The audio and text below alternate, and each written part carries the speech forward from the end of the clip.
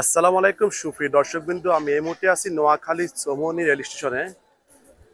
আসলে নোয়াখালী জেলাতে হিউজ পরিমাণ মানুষ আসছে কাজের সন্ধানে। আসলে এই মানুষগুলো তাদের পরিবার ছেড়ে, ফ্যামিলি ছেড়ে বছরে যখন ধানের সিজন হয়, বিশেষ করে এই সময়টায় বেশিরভাগ তারা এখানে জড়ো হয় কাজের সন্ধানে।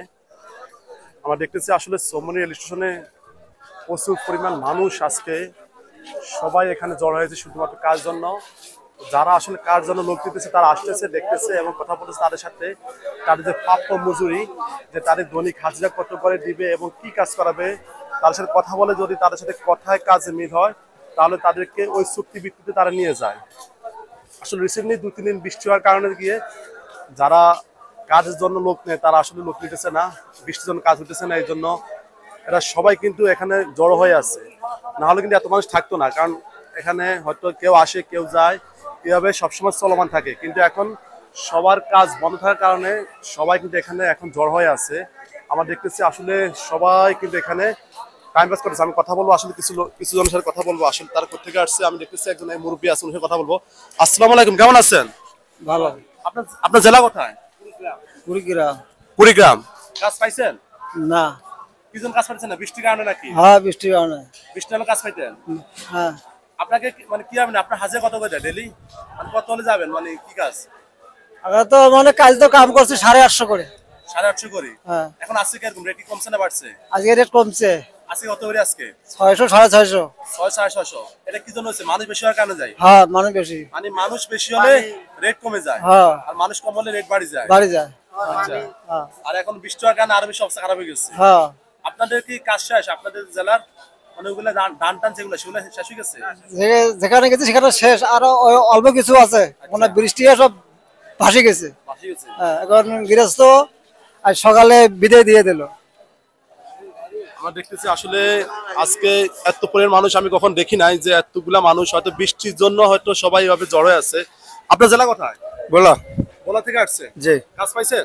কাজ এখন পাইনি যে বৃষ্টির জন্য সবাই বলে যে সব বৃষ্টির জন্য যে কাজকর্ম নাই, মেশিনে ধান কাটি আলে। মেশিনে? হ্যাঁ। মেশিন বাইরের পরে আপনাদের অবস্থা খারাপ হয়ে গেছে? হ্যাঁ, মেশিন বাইরে মানুষের কর্ম খারাপ হয়ে গেছে। আসলে দিন দিন দেশ যত প্রযুক্তির দিকে উন্নত হচ্ছে, কিন্তু আসলে মানুষের পেটে তত লাঠি মারতেছে। এই যে আগে একটা মাটি ছিল, খন্দন ছিল, মাটি কাটতো, এখন কিন্তু মাটি কাটা হয় মেশিনে। এরপরে যে ধান, সেটাও কিন্তু মেশিনের মাধ্যমে কাটা হয়, যার কারণে আসলে যারা দূর দূরান্ত থেকে আসে নোয়াখালী জেলাতে কাজ করার জন্য তারা কিন্তু কাজ পাইতেছে না। দেখতেছেন আপনারা কি পরিমাণ মানুষ জমায়েত হয়েছে এখানে। এখান তো আছে বটে, আরো সামনে আরো অনেকগুলো মানুষ আছে যারা দাঁড়িয়ে আছে, কথা বলতেছে তাদের মালিকের সাথে। আসলে কি পরিমাণ তাদের চুক্তি, তারা কথা বলেছে। আমি দেখতেছি গতকালকে তাদের হাজিরা ছিল 800 টাকা, কিন্তু রিসেন্টলি আজকে হয়ে গেছে 600 টাকা, 200 টাকা কমে গেছে। অর্থাৎ এগুলো হওয়ার কারণ উদ্দেশ্য হচ্ছে যে মানুষ বেশি, কাজ কম, আর দ্বিতীয় হচ্ছে বৃষ্টি। এই বৃষ্টির জন্য যে অবস্থা আরো ভয়াবহ হয়ে গেছে, যার কারণে সবাই কোনো রকম শুয়ে বসে দিন কাটাতেছে। তারা আশা আছে হয়তো কেউ আসবে তাদেরকে নিয়ে যাবে, তাদেরকে টাকার বিনিময় চুক্তিতে তাদেরকে যে কোনো কাজ করতে পারবেন আপনি। আসলে যেটাকে বলা হয় যে মানুষ বেচা কেনার হাট, হয়তো এটাকে মানুষ বেচা কেনার হাটে বলা যায়। কারণ টাকার বিনিময়ে আপনি একটা মানুষকে কিনে নেবেন, আর সেই টাকার বিনিময়ে আপনি তাকে দিয়ে যে কোনো কাজ করতে পারবেন, সে আপনার দাসত্ব হয়ে থাকবে। আসলে একটা মানুষ অন্য জেলা থেকে এই জেলাতে আসে কি জন্য? কারণ তাদের পেটে ক্ষুধা আছে, তার পরিবার আছে, তার ফ্যামিলি আছে, তাদের মুখে হাসি ফোটানোর জন্য, তাদের সংসারের যে চাহিদাগুলো সেগুলো পূরণ করার জন্য মানুষগুলো আছে দূর দূরান্ত থেকে। আমি কথা বলে একদম ভাইয়ের সাথে। আপনার জেলা কোথায়? কোন জেলা থেকে আসছেন? ঠাকুরগা। ঠাকুরগা ঠাকুরগাঁ থেকে আসছেন। কাজ পাইছেন? পানি বৃষ্টি খুব। বৃষ্টির জন্য কাজ পাইতেছেন না? আপনি কয়দিন কাজ করছেন নোয়াখালী আসি? কয়দিন কাজ করছেন? 6 দিন। শুধু 6 দিন কাজ করছেন? আসছেন যে কয়দিন? 10 দিন হলো। আচ্ছা। 10 দিন হয়েছে। এই যে এখন শুয়ে বসে আছেন, মানে কই থাকেন? কি এখানে থাকেন? এখানে এখানে খাওয়া দাওয়া খাইছেন? দুপুরে খাওয়াটা খাইছেন? খাইছি হোটেলে। হোটেলে খাইছেন? এখন তো এগুলো বাড়তি খরচ না? কাজ জানে তো মালিকে খাওয়াইতো, এখন কিন্তু পটি খাইতে দিচ্ছে। এই মেশিনের জন্য আমার কাম হইতেছে না, চাই না মেশিন আনছে, মেশিনের কারণে আমার ধান কাটতে পারি না, এগুনে কাটতেছে। গৃহস্থ আমাকে খোঁজ করে না, নিয়ে হ্যাঁ শেষ করে দিতেছে। এই মেশিন না থাকা আমার জন্য ভালো হইব। এই যে একটা মেশিন চায়না বের করে দিয়েছে, আর সেই মেশিন দ্বারা দেখুন কতগুলো মানুষের আজকে মেশিনের কারণে আমরা দেন বলেন, মেশিনের কারণে বলেন সমস্যা আপনাদের অভিযোগটা বলেন বলেন। এই মেশিনের কারণে আজ 4-5 দিন বইয়ে মেশিন দিয়ে কাটলে গৃহস্থের কম টাকাতে বলে কাটা হয়, আর লোক নিয়ে কাটলে ভাত খাওয়ার লাগে, মানে হলে ভাত পাক করতে পারে না, সমস্যা। আমার শারীরিক দুর্বল, এইরকম করে আমরা কি করতেছি? অনেকে খাবার বয় নেয় না, কয় মহিলা মহিলা রান্নার অতিরিক্ত ন দেখছেন নোয়াখালী মহিলা গুলো কত ইয়ে হয়ে গেছে, তারা কাজকর্ম করতে রাজি নাই, আর এই জন্য তাদেরকে গৃহস্থ নেওয়া না, তাদেরকে কাজের বয় দেখছেন নি। এরা নোয়াখালীকে ধনী জেলা মনে করে সবাই আসছে ধনী জেলা কাজ করবে, কিন্তু এখন আসতে এখন কাজে পাইতেছে না, বর্তমানে সবকিছু অবস্থা খারাপ হয়ে গেছে এখন। যাক আমরা আশা করছি আসলে তাদের দুটো থাকবে না, কাজ পেয়ে যাবে তারা।